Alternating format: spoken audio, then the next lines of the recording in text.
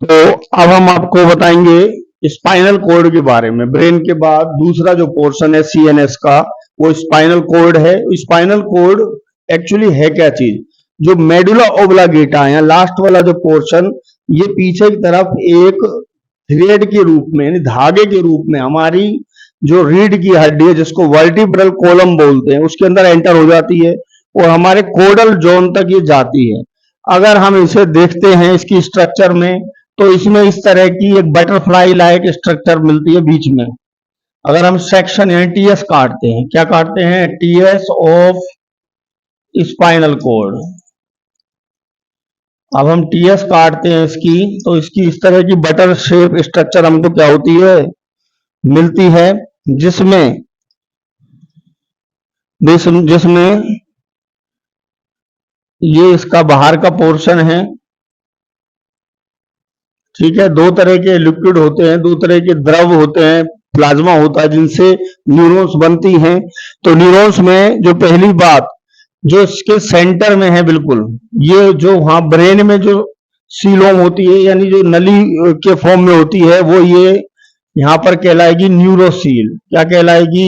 न्यूरोसील। न्यूरोसील कहलाती है। ठीक है, ऊपर की तरफ ये डोर्सल फिशर है, डोर्सल फिशर।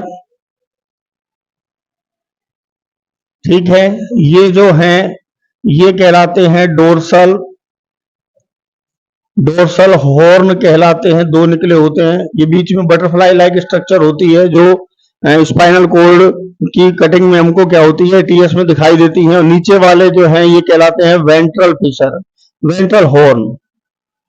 ठीक है, मैं आपको एक बात और बता दूं, जो डोर्सल हॉर्न है ये हमेशा सेंसरी नर्व से जुड़े होते हैं। कैसी नर्व से जुड़े होते हैं? सेंसरी नर्व से जुड़े होते हैं। जबकि ये जो वेंट्रल है ये मोटर नर्व से जुड़े होते हैं।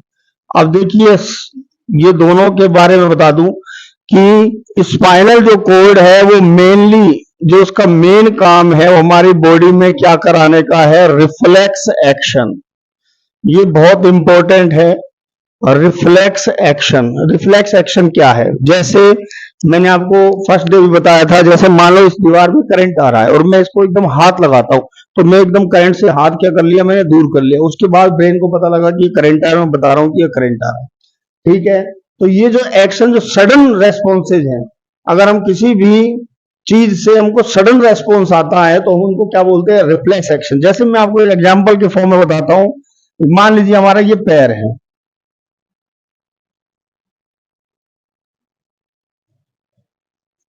ये हमारा क्या है? पैर है। ठीक है, पैर में अगर कोई कांटा चुभ जाता है, क्या चुभता है? कांटा। हमारी बॉडी में ये सारे, पूरी सरफेस जो है वो एक सेंसरी ऑर्गेन की तरह फंक्शन करती है। किसकी तरह फंक्शन करेगी? सेंसरी ऑर्गेन की तरह। क्या करेगी? सेंसरी ऑर्गेन की तरह। और यहां से इस सेंसेशन को, इस स्टिमुलेशन को, जो कांटे लगने का स्टिमुलेशन है, इसको ये सेंसरी ऑर्गेन क्या करेगा? इंपल्स में बदलेगा। और ये पल्स जो है यहां से सेंसरी नर्व से किसमें एंटर होंगे? डोर्सल, डोर्सल हॉर्न में। और डोर्सल हॉर्न से कहा जाएंगे? स्पाइनल कॉर्ड में। अब देखिए, इसमें स्पाइनल कॉर्ड से जो मोटर सेल्स है, वो जो रिलेटेड मसल्स है, यहाँ पर जो यहाँ मसल्स हैं, इन मसल्स में क्या होगा? इसका, ये कौन सी है? Motor nerves. कैसी नर्व है? Motor nerve. इनसे ये इंपल्स आएंगे। देखो, यहां से गए हैं, यहां से क्या हो रहा है? आ रहा है। इसके सडन रेस्पॉन्स, इनमें क्या होगा? कॉन्ट्रेक्शन होगा, जिससे कांटे से एकदम पैर क्या हो जाएगा? जैसे हमारा पैर कांटे पे आया, एकदम पैर क्या हो गया? हट गया। जैसे करंट आ रहा, हाथ लगाते हाथ क्या हो गया? हट गया। हम कोई आग या किसी चीज जलने वाली जगह पे जैसे हाथ गया, हट गया। बर्फ पे हाथ लगा, हट गया। ठीक है, तो किसी तरह का भी कोई सेंसेशन हो, उसके खिलाफ तुरंत जो प्रतिक्रिया होती है, दैट आर नोन एज प्रतिवर्ती क्रिया। इनको हिंदी में प्रतिवर्ती क्रिया बोलते हैं। क्या बोलते हैं? प्रतिवर्ती क्रिया। इस प्रतिवर्ती क्रिया में आप देख रहे हैं, ये पर एक चाप बन रहा है, एक आर्क, यहां एक आर्क फॉर्म्ड हो रहा है, that are known as reflex arc. क्या कहलाएगा? ये रिफ्लेक्स आर्क कहलाएगा। क्या कहलाएगा? Reflex arc. अगर हम हाथ की बात करें, इसकी जगह अगर मान लीजिए हाथ होता है तो हाथ में भी यही चीज होगी। हाथ हटाने के लिए मैं आपको, शायद बुक का डायग्राम हाथ का है, तो मैं हाथ का डायग्राम आपको क्या करता हूं, यहां पर दिखाता हूं। हाथ का डायग्राम दिखाता हूं यहां पर। देखिए, इसी एक्शन को अगर आप हाथ में देखना चाहते हैं, जैसे कोई हाथ में आपके कोई जल गया है, हाथ जलने पर क्या होगा, ये मान लो, ये ले लिया मैंने, ठीक है। जैसे ये मान लीजिए हमारा क्या है,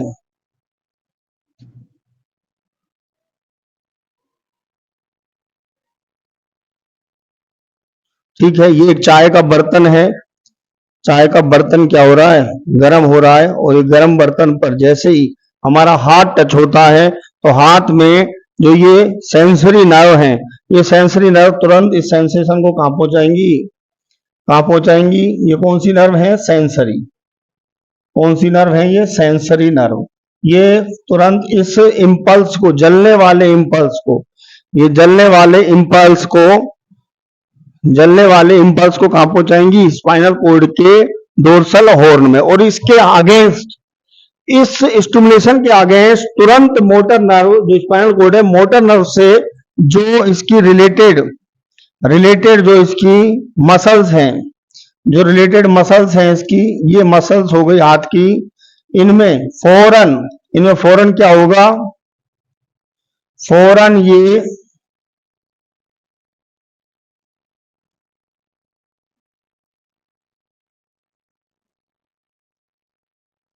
ये इंपल्स क्या होगा, आएगा, जिससे हाथ एकदम क्या हो जाएगा, हट जाएगा। तो ये जो एक आर्क बन रहा है, यहां जो एक आर्क बना है, that is known as reflex arc. क्या कहलाएगा, ये रिफ्लेक्स आर्क कहलाएगा, और ये रिफ्लेक्स एक्शन कहलाएगा। तो इसका जो फर्स्ट का जो फंक्शन है स्पाइनल कॉर्ड का, that is reflex in forming reflex action, यानी प्रतिवर्ती क्रियाओं का करना या होना। ठीक है, अब दूसरा जो काम है इसका मैं आपको फिर बता दूं, मैंने आपको बार बार बता रहा हूं कि हमारा जो ब्रेन का पोर्शन है,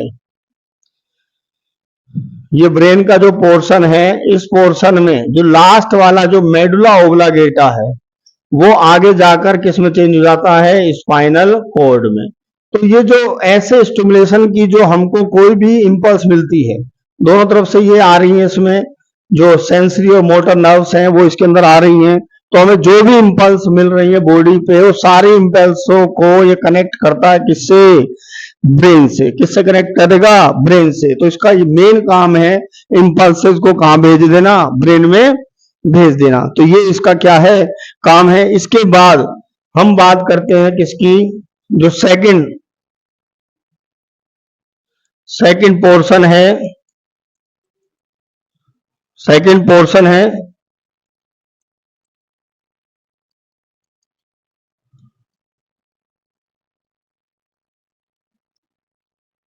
जो हमारा ये नर्वस सिस्टम है, इसकी जो फंक्शनल जो यूनिट है, यानी स्ट्रक्चरल एंड फंक्शनल यूनिट है, वो क्या चीज है, वो है भैया न्यूरॉन। क्या चीज है वो, न्यूरॉन है। न्यूरॉन जो होती है वो structural and functional unit of nervous system होती है। और अगर हम एक न्यूरॉन की स्ट्रक्चर की बात करें, ये एक तरह से मतलब हमारे बॉडी के अंदर तारों का जाल है, पूरी बॉडी में तारे बिछी हुई हैं जो सेंसेशन को कैच करने का, कैप्चर करने का काम करती हैं। तो इनके द्वारा ही हमें जो जितने भी हमको स्टिमुलेशन मिलते हैं, जो उद्दीपन मिलते हैं, वो हमारे ब्रेन तक, यानी सीएनएस तक, ब्रेन और स्पाइनल कॉर्ड तक क्या होते हैं, पहुंचते हैं। अगर हम बेसिकली एक न्यूरॉन की स्ट्रक्चर की बात करें, तो देखो हर न्यूरॉन के अंदर एक चीज ये जरूर होगी, जो उसकी सेलुलर क्या है, स्ट्रक्चर है। ये सेलुलर स्ट्रक्चर जो है, ये होगी इसमें, ये कहलाती है, इसका जो पार्ट है ये कहलाता है साइटोन या सोमा। क्या कहलाएगा, साइटोन या सोमा कहलाएगा। ठीक है, ये इसका साइटोन या क्या कहलाता है, सोमा कहलाता है। ठीक है, और इसमें आपको दिख रहा होगा, ये इसके अंदर एक स्पष्ट केंद्रक है। इसके अलावा इसके अंदर कुछ पार्टिकल्स प्रेजेंट होते हैं। ये इसका न्यूक्लियस है, और यहाँ जो भरा हुआ अंदर क्या है, इसमें जो साइटोप्लाज्म है वो इसमें क्या है, भरा हुआ है। और इस तरह की प्रोसेस प्रेजेंट है, यानी अतिवृद्धियां इसमें प्रेजेंट हैं, जिनको हम बोलते हैं डेंड्रॉन्स। और डेंड्रॉन्स आगे की तरफ इस तरह के इसमें क्या निकालती हैं, स्ट्रक्चर्स निकालती हैं, इस तरह की स्ट्रक्चर्स निकालती हैं। अब इनमें से इनको डेंड्राइट्स कहते हैं, क्या बोलते हैं इनको, डेंड्राइट्स कहते हैं। ठीक है, इनमें से एक डेंड्रोन, एक जो डेंड्रोन है वो वर्टिकली क्या हो जाएगा, लंबा होता चला जाएगा, ये लंबा होता चला जाएगा, और जिससे इन न्यूरॉन्स की क्या होती है, लंबाई क्या हो जाती है, बढ़ जाती है, और दूर जाकर ये भी इस तरह का डेंड्रोन्स क्या करता है, बनाता है। ठीक है, तो ये एरिया इसका जो साइटोन है, इसमें जो ये पार्टिकल्स है, मैंने इनके बारे में आपको नहीं बताया, पार्टिकल्स जो है इनको कहा जाता है निस्सल पार्टिकल। क्या कहते हैं इनको, निस्सल ग्रेन्यूल या पार्टिकल्स। ये इसके अंदर क्या होते हैं, पाए जाते हैं। ये इसका न्यूक्लियस है।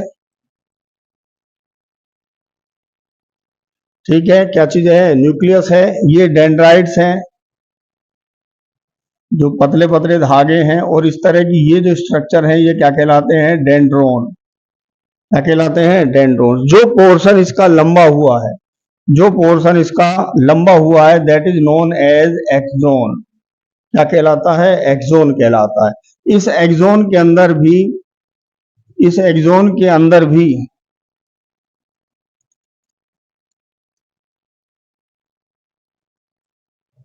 एक्सोन के अंदर भी पार्टिकल्स क्या होते हैं, भरे होते हैं। पार्टिकल्स क्या होते हैं, भरे होते हैं। और ये जो पार्टिकल्स भरे हुए हैं, ये इसमें वो भरा आपका जीव द्रव्य भरा हुआ है, जिसको हम प्लाज्मा कहते हैं। और ये जो प्लाज्मा भरा हुआ है, प्लाज्मा भरा हुआ है, इसको हम कहते हैं एक्सोप्लाज्म। क्योंकि ये एक्सोन के अंदर है, इसलिए क्या कहलाएगा, एक्सोप्लाज्म कहलाएगा। एक्सोन के अंदर है, इसलिए क्या कहलाता है, एक्सोप्लाज्म कहलाता है, एक्सोप्लाज्म कहलाता है। अब इसके अलावा इसका खुद का न्यूक्लियस इसके अंदर प्रेजेंट है। इसका खुद का न्यूक्लियस क्या है, इसमें प्रेजेंट है, और उसको खोजा था एक साइंटिस्ट ने, जिसका नाम था स्वान। साइंटिस्ट का नाम क्या था, स्वान। साइंटिस्ट का नाम था स्वान। तो उस साइंटिस्ट के नाम पर, उस साइंटिस्ट के नाम पर इसको स्वान न्यूक्लियस कहते हैं। क्या बोलेंगे इसको, स्वान न्यूक्लियस कहते हैं। तो मैं फिर बता रहा था आपको कि इसके अंदर जो लिक्विड भरा हुआ है वो जीव द्रव्य है एक्सोन के अंदर, that is known as axoplasm. क्या कहलाएगा, एक्सोप्लाज्म। इसमें एक न्यूक्लियस है जिसको स्वान नाम के साइंटिस्ट ने खोजा था, that's why it is known as Schwann nucleus, या स्वान केंद्रक कहलाता है। अब सबसे इंपॉर्टेंट बात जो इसमें है वो क्या है कि इस पर एक माइलिन का कवर पाया जाता है। आपको शायद एक कलर दिख ना रहा हो, मैं डार्क कलर लेता हूं इसमें। इस पर माइलिन का एक कवर पाया जाता है, इस तरह का माइलिन का क्या पाया जा रहा है, कवर, जो इसको कवर्ड करता है, इस तरह का माइलिन का कवर्ड है, जो इनको आपस में टच होने से न्यूरॉन्स आपस में स्पार्क ना करें, आपस में एक दूसरे पर इंपल्स को गलत डायरेक्शन में ना भेज दें। इसलिए ये एक तरह का, जैसे वायर्स के ऊपर प्लास्टिक चढ़ा होता है ना, वायर्स पे प्लास्टिक होता है, उसी तरह इसके ऊपर क्या चढ़ा हुआ है, ये myelin sheath, that is myelin sheath. अब माइलिन शीथ का काम क्या है, माइलिन शीथ का मेन काम जो है वही है, फिर बता रहा हूं आपको, कि इंपल्स गलत डायरेक्शन में ना चला जाए, आपस में ये क्रॉस ना करें, आपस में एक दूसरे को बिना बात चार्ज ना करें। ठीक है, तो अब ये माइलिन शीथ कई जगहों पर क्या हो जाता है, रह जाता है, यहाँ पर इसका डिपोजिशन नहीं हो पाता, और ये जो स्पेस रहते हैं इनको हम बोलते हैं रेनवियर जॉइंट्स। क्या बोलेंगे इनको, रेनवियर जॉइंट्स बोलते हैं। ठीक है, तो ये जो दूसरा पार्ट है वो एक्सोन हो गया, और जो थर्ड पार्ट है इसका, थर्ड पार्ट कहलाता है डेंड्रोन। क्या कहलाएगा, डेंड्रोन। जैसा कि ऊपर मैंने दिखाया था, इसमें से फिर वही छोटी छोटी स्ट्रक्चर्स निकल रही हैं, जिनको हम क्या बोलते हैं, डेंड्राइट्स बोलते हैं। क्या बोलेंगे, डेंड्राइट्स बोलेंगे, इनको बोलेंगे क्या चीज, डेंड्राइट्स। इस तरह की स्ट्रक्चर निकल रही हैं। ठीक है, और ये एक दूसरे से क्या करते हैं, जॉइंट्स बनाते हैं। अब इसमें इंपॉर्टेंट बात, ये बेसिक स्ट्रक्चर है सभी न्यूरॉन। सबसे जो लॉन्गेस्ट सेल भी होती है वो क्या कहलाती है, जो 15 सेंटीमीटर की होती है, वो भी एक न्यूरॉन सेल होती है जो ह्यूमन बॉडी के अंदर उपस्थित होती है। अब दो न्यूरॉन आपस में जुड़ी कैसे होती हैं? इनका जो जंक्शन है that is known as synapse. क्या कहलाएगा? साइनेप्स कहलाएगा। साइनेप्स की मैं बता दूं आपको, एक न्यूरॉन मैंने ये ले लिया जिसका ये जा रहा है, ठीक है, ये न्यूक्लियस हो गया, इसमें निस्सल पार्टिकल्स हो गए। ये एक न्यूरॉन जा रही है, इसमें माइलिन शीथ भी दिखा देता हूं आपको। माइलिन शीथ चढ़ी हुई है, ये माइलिन शीथ इस पे क्या है? प्रेजेंट। ठीक है। अब दूसरी जो न्यूरॉन है, दूसरी न्यूरॉन का एक्सोन जोन, डेंड्रोन जोन, दूसरी शीथ का क्या है? डेंड्रोन जोन। इस पर भी क्या चढ़ रहा है? माइलिन का शीथ चढ़ा हुआ है। दो न्यूरॉन आपस में एक दूसरे के क्या आई? कांटेक्ट में आई।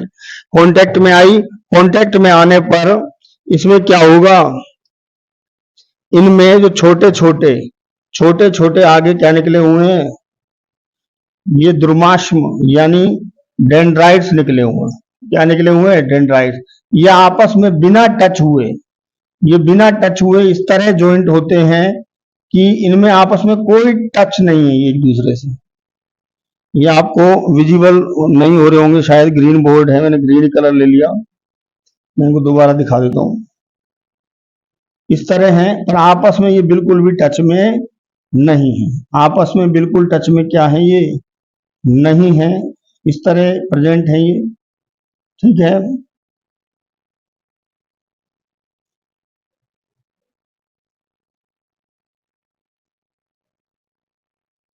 इस तरह क्या है? टच में है। तो इनको ये जो इनका इस तरह का जो रिलेशन होता है, इस तरह से एक से इंपल्स दूसरे में जा रही है, तो ये जो इनका जंक्शन होता है that is known as synapse. अब सिनेप्स में ये आगे कैसे फर्दर हुए? इनमें यहां पर इस तरह के बटन्स पाए जाते हैं। ये बटन्स जो हैं इनको हम साइनेप्टिक बटन्स बोलते हैं। क्या बोलते हैं? Synaptic buttons. और ये एक ऐसा केमिकल सिक्रेट करते हैं जिससे एक से दूसरे में जो इम्पल्स है वो एक सेल से दूसरी सेल में, एक न्यूरॉन सेल से दूसरी सेल में क्या हो जाएगा? चला जाएगा। That are known as synaptic button. Synaptic buttons या नोड। ठीक है। और ये केमिकल सिक्रेट करते हैं जिसको कहते हैं हम न्यूरोट्रांसमीटर। क्या बोलेंगे? न्यूरोट्रांसमीटर में मोस्टली कौन सा होता है? Acetyl choline. Acetyl acetyl choline,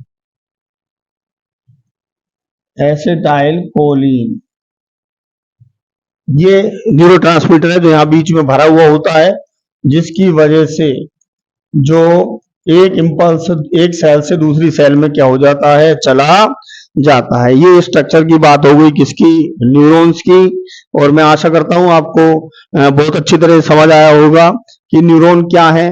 मैं फिर एक बार रिप्लाई कर देता हूं। देखिए, neuron structure and functional unit है इसकी, नर्वस सिस्टम की। इसकी है नर्वस सिस्टम की। हर न्यूरॉन की जो स्ट्रक्चर की अगर बात करते हैं तो उसमें 3 पार्ट होते हैं। सब फर्स्ट पार्ट है साइटोसोमा जो उसका मेन सेलुलर पार्ट होता है। ठीक है। दूसरा पार्ट है एक्सोन, तीसरा पार्ट है डेंड्रोन। साइटोन में इस तरह के क्या निकल रहे हैं? साइटोन में इस तरह के जो प्रोसेस निकलते हैं या अतिवृद्धियां निकलती हैं, दीज आर नोन एज डेंड्रोन्स। और इनमें से भी आगे इनमें शाखाएं निकल रही होती है जिनको डेंड्राइट्स कहते हैं। इसके अंदर न्यूक्लियस उपस्थित होता है। इसके अलावा जो पार्टिकल्स होते हैं जिनको हम निस्सल पार्टिकल्स कहते हैं। इनमें से एक जो भी डेंड्रोन है वो लंबा हो जाता है और लंबा होकर क्या करेगा? लंबाई ले लेगा पूरी पूरी, तो वो क्या कहलाएगा? एक्सोन कहलाएगा। और एक्सोन में भरा हुआ जो जीव द्रव्य है वो एक्सोप्लाज्म कहलाता है। इसमें एक न्यूक्लियस है जिसको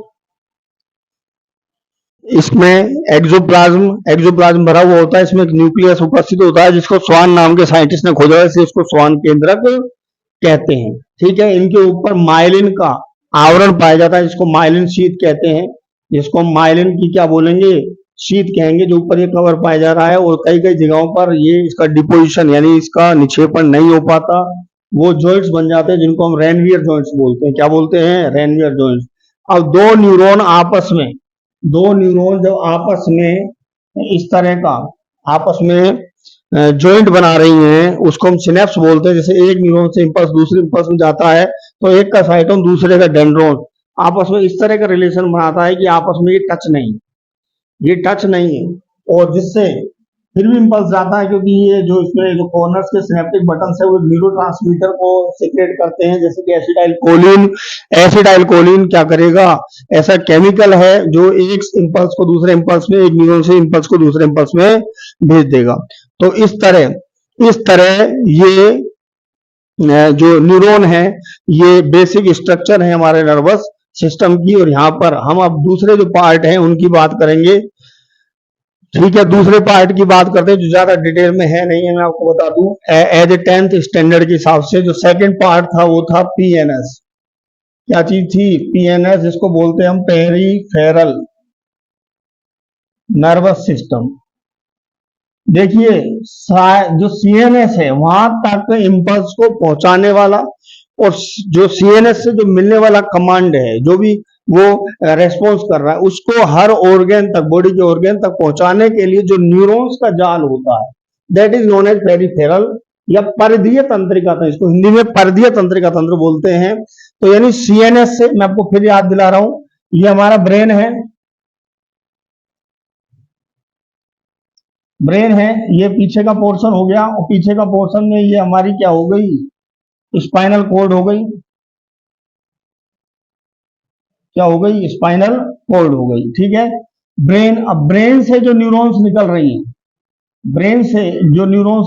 हैं, और स्पाइनल कॉर्ड से क्या हो रही हैं, न्यूरॉन्स निकल रही हैं, और पूरी बॉडी में क्या हो रही हैं, वो फैली हुई हैं। मैं आपको फिर बता दूं, ब्रेन से जो निकलती हैं वो होती हैं 10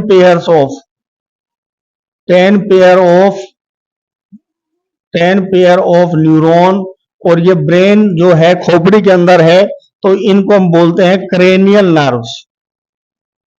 क्या बोलते हैं इनको? क्रेनियल नर्व बोलते हैं। और इसके अलावा जो हमारी स्पाइनल कॉर्ड है, ये होती है किसके अंदर? इस हमारे वर्टिब्रल कॉलम के अंदर टोटल जो बोन्स होती हैं वो होती हैं 32, ध्यान रखना। तो इसलिए 32 नर्व्स निकलती हैं स्पाइनल कॉर्ड से, और दोनों साइड ये पूरी बॉडी में जाती हैं। These are known as spinal nerve. इनमें दोनों बहुत हैं, इनमें सेंसरी भी हैं जो स्टिमुलेशन लेके आ रही है एज इंपल्स, और दूसरी मोटर है जो कमांड लेके जा रहे हैं सेंट्रल नर्वस सिस्टम से बॉडी के डिफरेंट पार्ट तक। तो बहुत टाइप की इसमें न्यूरॉन्स होती हैं, उन सब का जो जाल है वो सब क्या कहलाता है? पेरिफेरल नर्वस सिस्टम कहलाता है। क्या कहलाएगा? पेरिफेरल नर्वस सिस्टम कहलाता है। और थर्ड वन कहलाएगा आपका एएनएस। आपके 10th की बुक में सिर्फ इनका हल्का सा जिक्र है। तो एएनएस जो है वो क्या है? आउटोनोमस जो नर्वस सिस्टम है, आउटोनोमस नर्वस सिस्टम, आउटोनोमस नर्वस सिस्टम है। इसमें ये एक्चुअली बना हुआ किसका है? ये सीएनएस प्लस पीएनएस का, ये सीएनएस और पीएनएस का बना हुआ है। ये हमें कुछ ऐसी इनवॉलेंट्री, इस तरह की इनवॉलेंट्री रिएक्शंस हैं, और उनको ये स्टार्ट कराना और क्या कराना? क्लोज कराना। उनको ये स्टार्ट कराते हैं और क्लोज कराते हैं। जैसे रोने को चुप कराना, हंसने को रोकना, ठीक है, और आंखों का झपकना, नहीं समझ? और हार्ट बीट का बढ़ जाना, हार्ट बीट का कम होना, रेस्पिरेशन रेट का बढ़ जाना, रेस्पिरेशन का कम होना। इसके लिए दो सिस्टम्स काम करते हैं हमारी बॉडी में। एक कहलाता है सिंपैथेटिक, क्या कहलाएगा? सिंपैथेटिक सिस्टम, और दूसरा कहलाता है पैरासिम्पैथिक। ये दोनों एक दूसरे के अगेंस्ट काम करते हैं। ये अगर वीपिंग, रोना स्टार्ट करा रहा है, तो ये क्या करेगा? स्टॉप करेगा। ये बीपी को बढ़ा रहा है, ये क्या करेगा? बीपी को लो करेगा। ये रेस्पिरेशन रेट को क्या कर रहा है? बढ़ा रहा है, तो ये क्या करेगा? कम करेगा। तो इस तरह ये एक दूसरे के अगेंस्ट फंक्शन करते हैं, और ये एक्चुअली बने इसी के होते हैं, सीएनएस और पीएनएस के।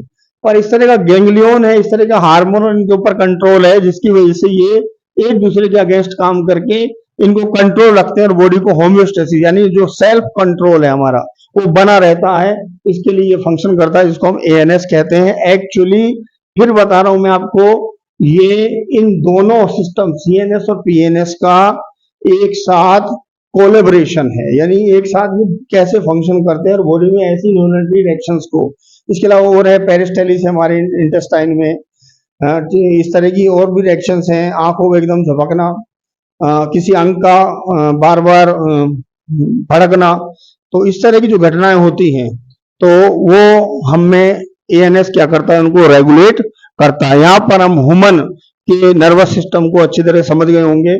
हम अब आगे जो है वो हम पढ़ेंगे प्लांट में जो ये डिफरेंट टाइप की मूवमेंट्स होती हैं और वो उन पे कैसे कंट्रोल कोऑर्डिनेशन करता है प्लांट, और उसके अंदर किस तरह के सिस्टम्स होते हैं, इन्हें पढ़ेंगे इसी लेसन के अंतर्गत नेक्स्ट वीडियो में।